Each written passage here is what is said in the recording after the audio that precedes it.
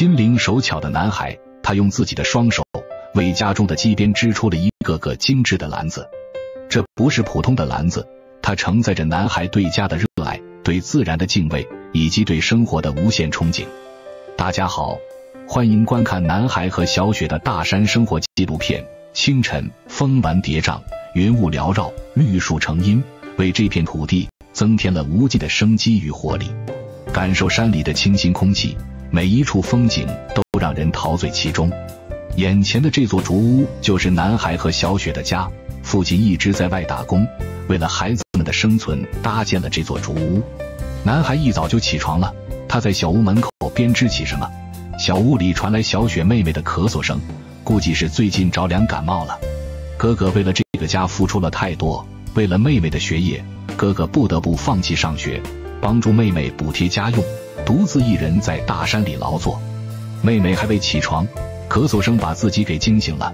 可怜的孩子，一声声的咳嗽声让人心疼不已。没有大人的照顾，两个孩子独自在深山里生存。兄妹两人相依为命，虽然艰苦，但他们从不退缩，向往着幸福快乐。男孩在屋外耐心地编织着竹篮，显然技术没有父亲那么娴熟，但是他非常有信心。男孩的父亲技术高超，整座竹屋的搭建都是自行完成的。男孩也从父亲那里学到了很多。父子两人非常相似的地方，那就是对家的责任感，为了这个家扛起了所有。此时的小雪也已经起床了，看着哥哥在编织竹篮，这可不是一般的技术活，不管是竹篓还是竹篮，都需要一定的技术含量。妹妹投来了羡慕的眼光，小雪开始进行简单的洗漱工作。这根水管能通上山泉水，实属不易。父亲花费了9牛2虎之力，为兄妹俩解决水源问题。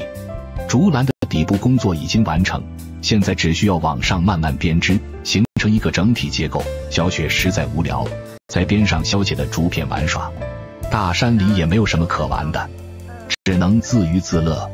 突然妹妹告诉哥哥，说她想尝试一下编织竹篮，于是哥哥就让出位置。哥哥在边上准备下一步的材料，他在整理剩余的竹条。真没想到妹妹也是挺细心的，一个人安静的编织，哥哥则是重新编织第2个竹篮。目前剩余的材料也足够编织起2个竹篮。兄妹两人互相坐在一旁认真的编织着。兄弟姐妹之间的感情总是相互支持的力量，他们始终彼此关爱，无论面对什么样的困难和挑战，相互扶持，互敬互爱。你还别说，两个孩子真的非常聪明，像极了父亲的天赋。哥哥的效率也是非常之快，第2个竹篮的底部也已经完成。此时哥哥叫小雪停止手中的工作，让她赶紧去上学。小雪收拾好书包后，告别了哥哥，一个人独自去往学校的路上。接下来的工作只能由哥哥来完成了。大山里的风景是岁月的沉淀，是自然的馈赠，它让我们在喧嚣的世界中找到内心的宁静，让我们领略到生命的美好与神奇。经过不断的努力下，哥哥终于完成了2个竹篮，男孩简直太棒了，不愧是得到了父亲的传承。母鸡已经下蛋了，鸡舍的搭建真心不容易，男孩和小雪两人花费了整整1天的时间。男孩找来干草放入竹篮之中，每个篮子都设计得恰到好处，既能保护鸡蛋，又能方便母鸡，这样一来母鸡就不会到处下蛋了，提供了一个固定的场所。男孩的细心程度令人敬佩，大山里的孩子吃苦耐劳精神值得称赞。男孩并没有劳累而停下工作，他背起竹篓，带上工具，又要外出了。他来到山坡上处理起周边的杂草，这些枯树枝可以作为柴火。随后他拿起锄头开垦荒地，不远处的菜园里被男孩打理得井井有条，不仅满足了家庭的开销，而且还可以拿去市场上换取家庭所需物资。山里的生活确实艰苦，但男孩有双勤劳的手，为家庭创造美好的未来。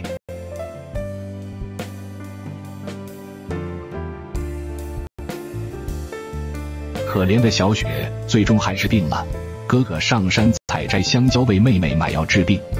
面对困境，哥哥用他的行动诠释了兄长的责任感。哥哥得知小雪妹妹感冒咳嗽，他一大清早便离开了山中小屋，准备前往大山里寻找能换取的可用资源。小雪突如其来的一场病，让这个本不富裕的家庭笼罩上了一层阴霾。家中没有足够的钱购买昂贵的药，而病情却不容拖延。哥哥看在眼里，急在心头，他决定亲自上山采摘香蕉，为妹妹筹集治病的钱。男孩长途跋涉，山中的树木高大而茂密，男孩凭借着多年的经验，很快就找到了果树。男孩轻轻地摘下一根香蕉，慢慢地品尝了起来。品尝过后，男孩拿着柴刀向香蕉树砍去。在当地，芭蕉比较受欢迎，它可以制作美食。芭蕉在国内南方地区也有种植，不过相比之下，香蕉可能更受人们的喜爱。芭蕉的口感偏酸涩，香蕉比较香甜软糯。经过不断的努力下，香蕉树应声倒地。处理掉多余的枝干，男孩再将香蕉串慢慢分割，把分割好香蕉串放入背篓之中。不一会儿，背篓里就装满了沉甸甸的香蕉。阳光透过树叶的缝隙洒在他的脸上。男孩是个坚强的孩子，每当遇到困难，哥哥总是勇往直前。他的心中只有一个念头，一定要为妹妹买到药。随着时间的推移，男孩带着满载的香蕉朝着集市赶去。或许是男孩来得太早了，集市上的村民们并不是很多。男孩找到一处空地准备摆摊，集市上的人们慢慢开始活跃起来。男孩的香蕉和大饱满吸引了路过的人们，小小的摊位上挤满了顾客。集市上熙熙攘攘的人群穿梭在摊位之间，各种商品琳琅满目，人声鼎沸，气氛热烈。集市为人们带来了一片欢腾的氛围。男孩也在卖力地吆喝着，各种叫卖声此起彼伏，每一个角落都充满了生活的气息，很快就被一抢而空。握着手中的钱，心中充满了希望。男孩在集市上的别处摊位购买了一方豆腐，这可能是今天的午饭菜，很少见到他们买菜，一般都是吃着山里的天然资源。此时的小雪已经放学回来了，她在家里没有看到哥哥的身影，这回她的肚子也饿了，准备生火做点吃的。勤劳的孩子都是自己动手，丰衣足食。鸡群们在外面觅食，在孩子们的精心照料下，小鸡们也大了许多。小雪向鸡舍走去，看看有没有鸡蛋，运气真太好了，今天捡到了一枚鸡蛋。也就在这时，哥哥回来了。男孩向小雪妹妹问起，这枚鸡蛋是你今天刚捡的吗？小雪高兴地回答道，是的。鸡群一直围着小屋，男孩来到小屋后，拿出鸡饲料给到了妹妹。小雪拿着鸡饲料喂养鸡群。大山深处，远离尘嚣，那里的风土人情淳朴自然，让人心生向往。虽然生活艰苦，能让人忘却烦恼，放松心情，享受与自然的美好时光。小雪拿出家里的大米，准备淘米做饭。这些简单的家务事，小雪妹妹也能承担，毕竟这是山里孩子的必备技能。把饭锅放入火堆之中，在闲暇之际，哥哥也在忙活着制作东西。男孩一刻也没有停歇。在同龄人之中，男孩的责任感远远超过一些男孩子。小雪开始清洗铁锅，待会准备烹饪菜肴，真的挺佩服这两个孩子的。兄妹两人不管有多困难，尽管生活艰难，但兄妹二人的心中充满了希望。他们相信，只要他们不放弃，总有一天能够改善生活，让这个家变得更加温馨和富足。男孩是家里的顶梁柱，他不仅要外出寻找食物，还要照顾妹妹。小雪已经开始烹饪了菜肴了。看到哥哥在外面忙碌，其实他也很想帮忙。此时家里的米饭已经煮熟，兄妹两人进屋准备吃饭。一锅豆腐加西红柿就是今天的午餐，生活简朴。而小雪则用她灵巧的双手，为家里烹饪出简单却美味的食物。她的细心和勤劳让这个家充满了温暖。花朵在阳光下散发着迷人的芬芳，令人陶醉。刚刚吃完饭的小雪没有丝毫的懈怠，主动承担起了洗碗的任务，仔细地擦拭着每一个碗筷。哥哥差点把买药的事情给忘记了，男孩为妹妹买回了急需的药物，希望妹妹早日康复。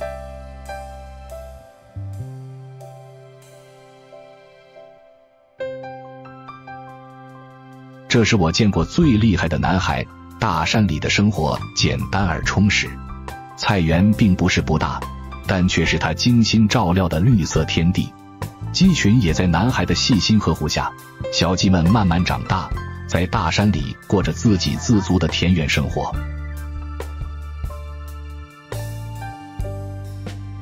清晨，和煦的阳光洒落在山中小屋，男孩起床了，新的一天即将开启。起床后的男孩第一时间喂养家中的鸡群，用心呵护着这些小生命，让它们茁壮成长。鸡群能产出鸡蛋，还能为自己补充营养。男孩并不孤单，小鸡们与男孩在大山里和谐共生。男孩的脚似乎昨天受了伤，他拿来一些草药用创口贴敷住。应该是在大山里走路时一不小心脚受伤了，现在走路有些麻烦和吃力，疼痛并没有让他停下脚步。他来到屋外，拿起背篓朝着大山走去。可能是因为受伤的缘故，男孩没有选择进入大山深处，而是来到自家的菜园。男孩在菜园里忙碌了起来，采摘着最新鲜的蔬菜。菜园里各种蔬菜蓬勃生长，散发着绿色的活力和生机，每一颗蔬菜都承载着他对生活的热爱。那鲜嫩的蔬菜都是他精心呵护的成果，浇水施肥，见证着它们一点点长大。看着自己的劳动成果，心中充满了满足和自豪。真的非常佩服这个男孩，这些蔬菜不仅仅是食物，也是他生活的一部分。为了过上自给自足的日子，男孩付出了辛勤的汗水。他的菜园也是大山中的一道风景，这是大山赋予他的最好礼物。不过还要感谢他的父亲，土地的开荒全是父亲的功劳。为了能让兄妹两人过上幸福的生活，菜园里的蔬菜种类繁多，足够兄妹两人好好生活。尽管照料菜园并不容易，男孩却乐在其中。他享受着与自然亲密接触的每一刻。种植过蔬菜的家人们应该知道，有些蔬菜照料也不是件容易的事情。非常喜欢这种与自然和谐共处的日子，在这里能找到了内心的平静。如果没有工资，你会在这里生存吗？男孩是个非常有责任感的孩子，不管做任何事情都会考虑周全，尽量做到最好。随着时间的推移，男孩收集了一些蔬菜，他拿着蔬菜来到自家水源处。为了蔬菜的卖相，男孩决定把蔬菜的坏叶挑选出来。这些工作看似简单，实则一点也不容易。有些蔬菜挑选坏叶，动不动就需要花费大量的时间。男孩的细心程度令人惊叹，13岁的孩子能做到这样，确实不容易。哪怕挑拣的并不干净，但是他的做事态度让人佩服不已，确保每一颗蔬菜都能以干净的状态呈现给顾客。男孩把挑选好的蔬菜做捆扎处理，难怪昨天去山里带来一根竹子，原来是利用竹丝捆扎蔬菜用的，真是个聪明的孩子。他的努力和坚持总能克服困难，用勤劳的双手编织着未来的梦想，然后把豆角装入小袋之中。光这些做法不难看出，男孩还真是细心了。菜园的收获也为男孩增加一些微薄收入。男孩将所有的蔬菜放入背篓，哪怕脚受伤了，也要为小雪妹妹挣学费。这条曲折蜿蜒的山路行走起来异常困难，需要小心翼翼地前行。男孩的步伐缓慢而艰难，每一步都显得十分吃力，哪怕一个正常人走山路都要累得气喘吁吁。男孩终于来到了附近的村落，赶去集市的路太遥远了，男孩显得有些疲惫。他立刻拿出蔬菜摆摊，将背篓中蔬菜整齐地摆放在编织袋上。这里不是闹市区，也没有集市上拥挤的人群。男孩开始等待着，经过努力的等待中，终于迎来了第一位顾客。男孩用灿烂的微笑问候每一位顾客，新鲜的蔬菜却总能吸引路人的目光。然而摆摊并非一帆风顺，有时候顾客稀少，需要长时间的等待，但男孩从不气馁。他相信只要坚持和认真，这个小小的摊位成为了男孩维持生计的来源。有时候真的挺佩服这个孩子拥有足够的勇气和担当。他的故事告诉我们，无论生活多么艰难，只要我们保持乐观和坚持，就能找到属于自己的一片天空。很快，男孩的蔬菜摊终于完美结束，他收拾好一切，准备返回小屋。下山容易，上山难。男孩找来一根竹竿来辅助他受伤的脚。一天的劳累终于过去了。男孩回到小屋后，点燃柴火，准备为自己制作午餐。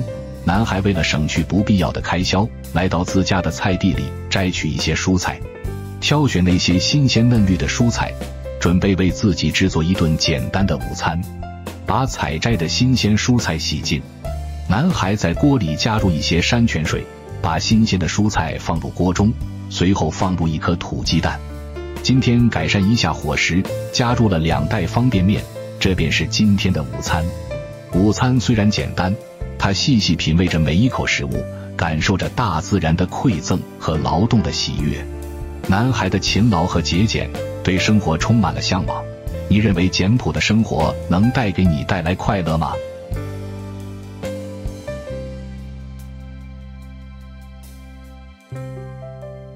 真是太好了！今天是小雪妹妹的生日，在大山里，没有精美的礼物，没有生日蛋糕，没有许愿蜡烛。我们去看看大山里的孩子是如何过生日的。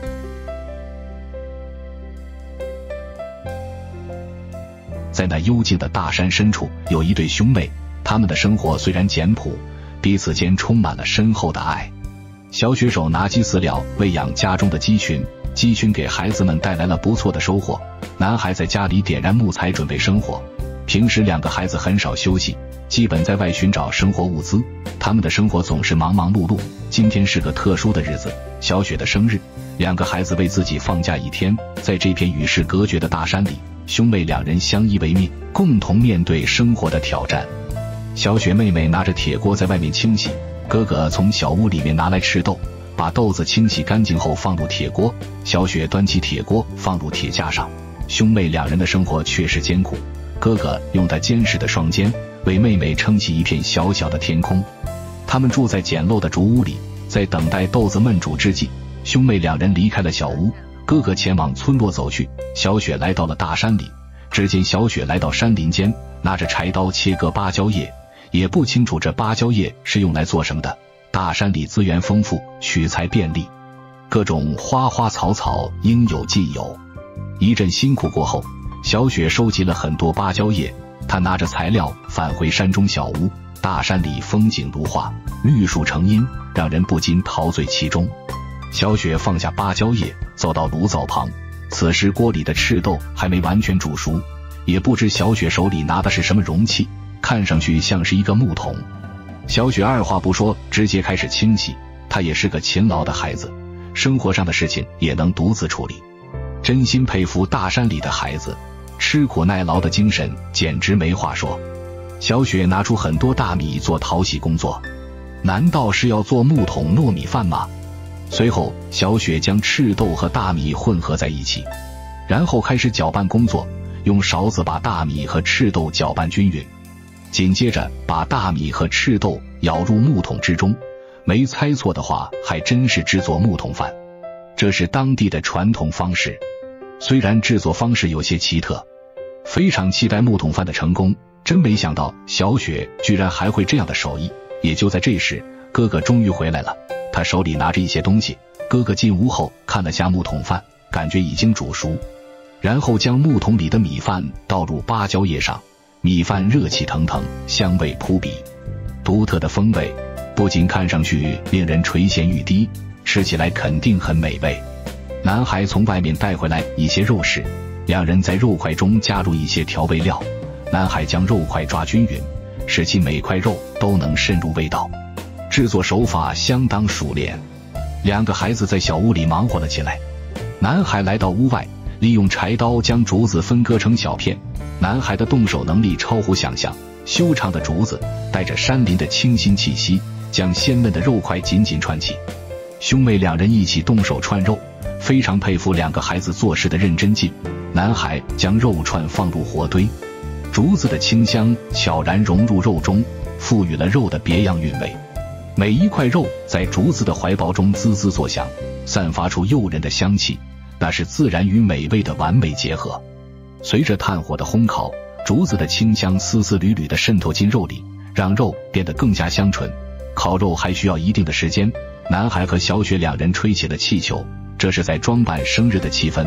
今天是小雪的生日，也是她第一次在大山里过生日，把五颜六色的气球挂在了小屋门口。虽然简单，只要有爱，有家人的陪伴，每一天都可以是特别的，每一刻都值得被庆祝。今天是两个孩子最开心快乐的时刻，他们的笑声和温馨的话语比任何生日派对都要动听。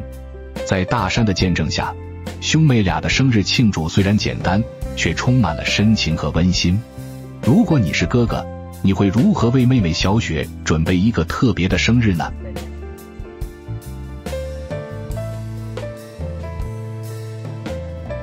一个平凡的哥哥，为了妹妹的不平凡未来，默默地撑起了一片天。为提供小雪上学读书，哥哥每日都会在山林中辛苦劳作。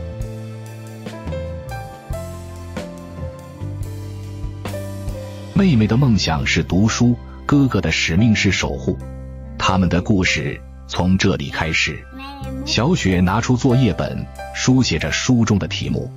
在哥哥的心中，妹妹的学业比什么都重要。为了让妹妹走出大山，哥哥在生活的困境中艰难前行，只为供她读书完成学业。知识能改变命运，在贫困的偏远山区，能读上书确实不容易，而妹妹也知道哥哥为自己付出的一切，所以在学校里，她读书极其用功和努力。哥哥是多么盼望妹妹能学业有成，于是哥哥掏出零花钱给到了小雪。小雪说只要一些就够了，但是哥哥只宠爱这个妹妹，他毅然承担起了供她上学读书的重责。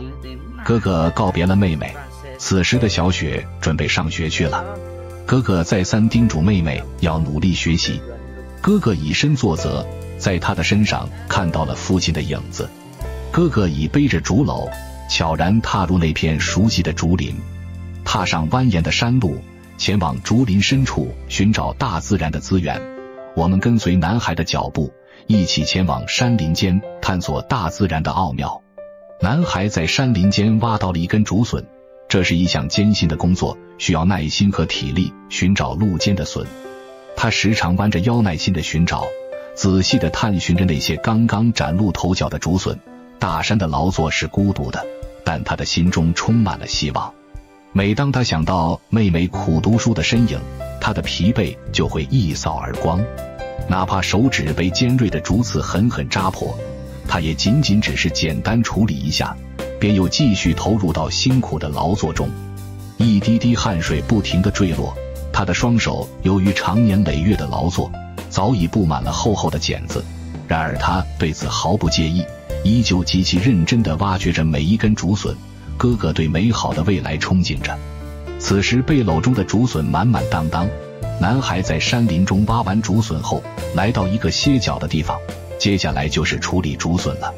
处理竹笋也是个细致活，他精心挑选每一根竹笋，确保它们新鲜且品质上乘，这样他才能在市场上卖个好价钱，为小雪买更多的书籍和学习用品。男孩把整理完的竹笋一根根放入背篓中，尽管生活充斥着无尽的劳累和困苦，但哥哥从未抱怨过生活的艰苦。经过不断的努力下，哥哥准备前往村落附近。随着时间的推移，男孩已经赶往村落。他将竹笋整齐地摆放在编织袋上，这可是辛苦几小时得来的收获，非常感动哥哥的付出。时间一分一秒过去，过往的路人停下了脚步，勤奋的男孩始终坚持劳作，村落附近的人们也被他所感动。男孩每天都会摆摊，微薄的收入成为了小雪求学的重要支持。男孩的摊位总是特别受欢迎，他的竹笋新鲜，口感脆嫩，是附近居民餐桌上的佳肴。顾客们不仅被男孩的竹笋所吸引，更被他对妹妹的爱所感动。他的真诚和勤劳赢得了大家的信任和支持。他们用行动诠释了兄妹之间的深厚情感。他满心只想着能让妹妹凭借读书走出大山，去拥抱更加美好的未来。摆摊终于告一段落，男孩疲惫地回到了山中小屋。回到小屋后，依然坚持做家务。男孩一刻也没有休息，拿着锄头来到自家的菜园，处理菜园里的杂草。经过男孩细心照顾，菜园已经能为2个孩子自给自足。希望妹妹不懈的学习和努力，回报哥哥的辛勤付出。如果你是哥哥，你愿意付出一切来为妹妹读书吗？男孩的大山生活简单而朴实，却承载着兄妹俩共同的梦想。好了，本集就到这里，感谢您的观看和支持，我们下期见。